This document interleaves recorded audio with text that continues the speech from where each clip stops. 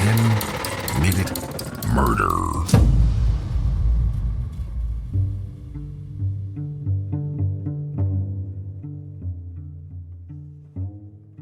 If you know true crime, you've heard of the Zodiac Killer. He's one of the world's most famous serial murderers, even though 5 decades have passed since his killing spree. And 50 years on, his case is still wide open, with law enforcement working to uncover the identity of the man who killed at least 5 people between late 1968 and 1969. Why does the world still have such a fascination with an unidentified killer from the 1960s? The crimes carried out by the Zodiac were not unusual. 5 confirmed murders where 2 young couples and 1 lone cab driver were shot to death. 2 other victims had been wounded but survived their injuries, but they weren't able to identify the assailant. The descriptions of the killer provided by their survivors are vague enough that they could have been almost anyone. A white, brown-headed male, late 20s or early 30s, around 200 pounds. Less than 6 feet tall, wearing dark clothing. There was nothing about him that seemed especially memorable, apart from the fact that he was killing strangers without remorse, and the one report of him wearing a black execution-style hood while approaching his victims. It's possible that if all he had done is murder his victims and then disappear, he might have been forgotten by now. But it wasn't necessarily the killings themselves that made the Zodiac so notorious. It was what he did next. It was not uncommon for serial killers to contact police or local media, inserting themselves into the investigation, making threats or taunting the cops for not being able to catch them quickly enough. The Zodiac did this, even calling the police to report a murder shortly after he had finished shooting his victims. He also seemed to have some knowledge of how to slow down law enforcement, killing several of his victims in areas where police jurisdiction overlapped, making the investigations slower. One of the reasons for the Zodiac Killer's notoriety is the sheer volume of letters that he submitted to local newspapers, taking responsibility for the recent killings, including encrypted text puzzles called cryptograms, one of which he claimed would reveal his identity if solved. He said that if the letters weren't published on the front page of the newspaper, he'd kill 12 people over the weekend. It was in one of these letters that he gave himself a nickname. "Dear Editor," the letter began, "this is the Zodiac speaking." He was responding to a request by the Vallejo police chief, who had asked the author of the previous letters to prove that they were the real killer by revealing details that the public weren't aware of. Sure enough, the letter from the Zodiac contained details about the crimes that only the killer would know. It was confirmed. They had been communicating directly with the man who would quickly become known by his own nickname. They were reading a letter from the Zodiac Killer. One of the letters contained a list of ways in which the killer had supposedly murdered his victims, including 2 methods which had not been seen in any of the linked cases: by rope, presumably meaning strangulation, and by fire. In the confirmed killings, the Zodiac's weapons of choice had either been a military-style bladed weapon or an automatic pistol. It seemed as if he preferred using guns. He'd admitted in one of his letters to taping a flashlight to his pistol, allowing him to aim when shooting at night. In another letter, he claimed to be responsible for 37 murders. The details the Zodiac had provided in his letters so far had been accurate. What if he was telling the truth, and he had other victims that had not been connected to the case? Out of all the murders that could possibly be linked to the Zodiac Killer, the Santa Rosa hitchhiker murders were probably the most famous.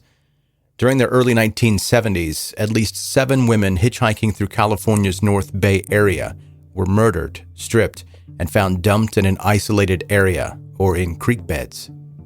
The killer was never found, but the Zodiac Killer has remained near the top of the list of suspects, especially after an occult symbol similar to those in his letters was found by the body of one of the hitchhikers.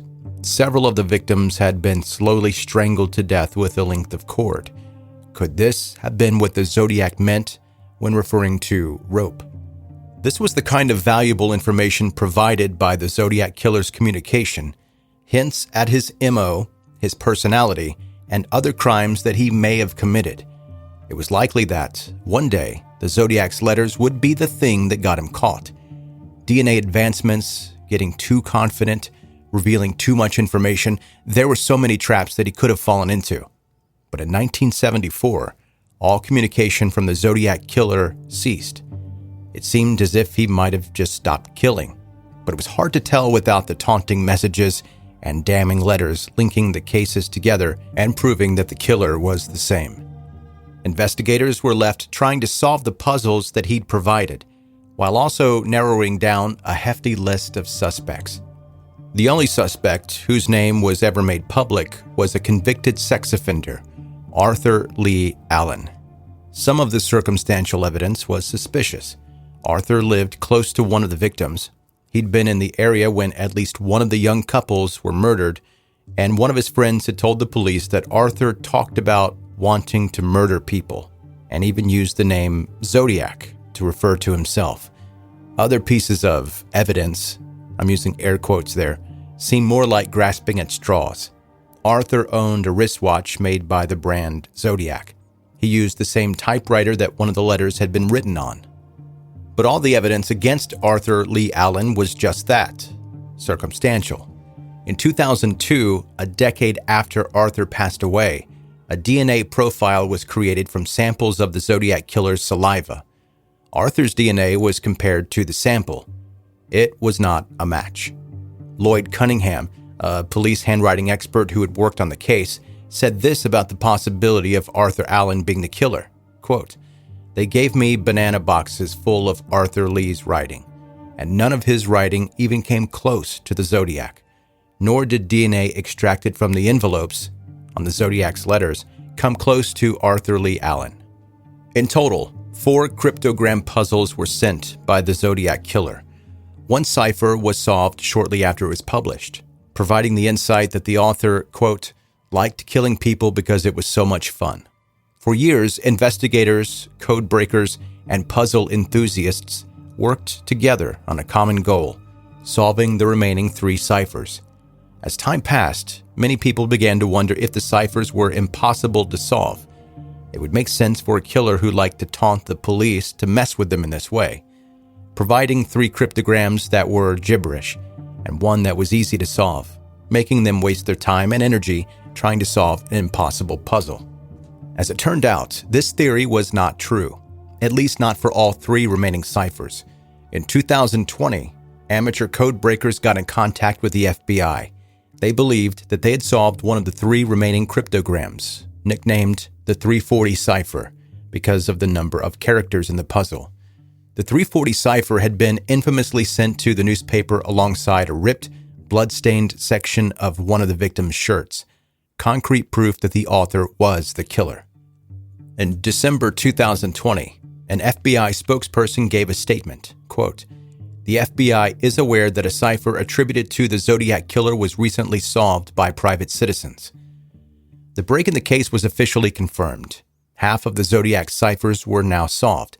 Although the 340 cipher's message referenced an incident where a man pretending to be the Zodiac Killer had called into a local talk show, it did not reveal his true identity. Instead, it gave insight into the inner monologue of a man who had murdered in cold blood and taunted the police for fun. It read, quote, "I hope you're having lots of fun and trying to catch me. That wasn't me on the TV show, which brings up a point about me. I'm not afraid of the gas chamber because it will send me to paradise all the sooner. Because I now have enough slaves to work for me where everyone else has nothing when they reach for paradise, so they are afraid of death. I am not afraid because I know my new life will be an easy one in death."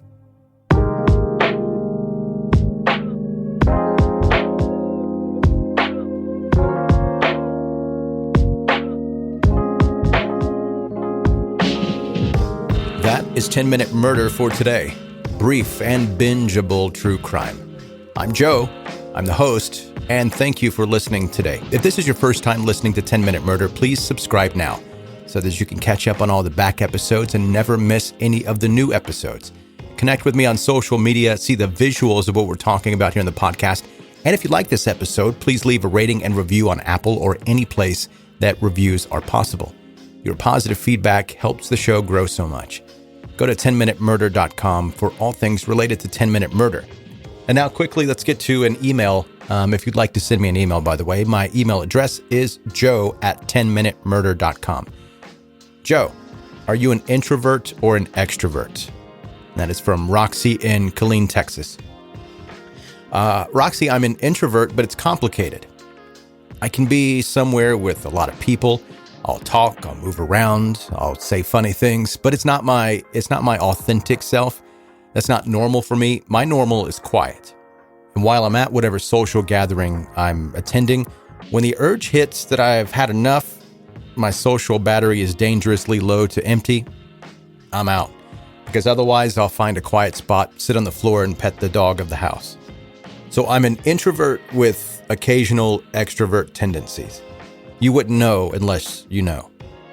That's going to do it for this episode. Thank you so much for listening to 10-Minute Murder. Goodbye.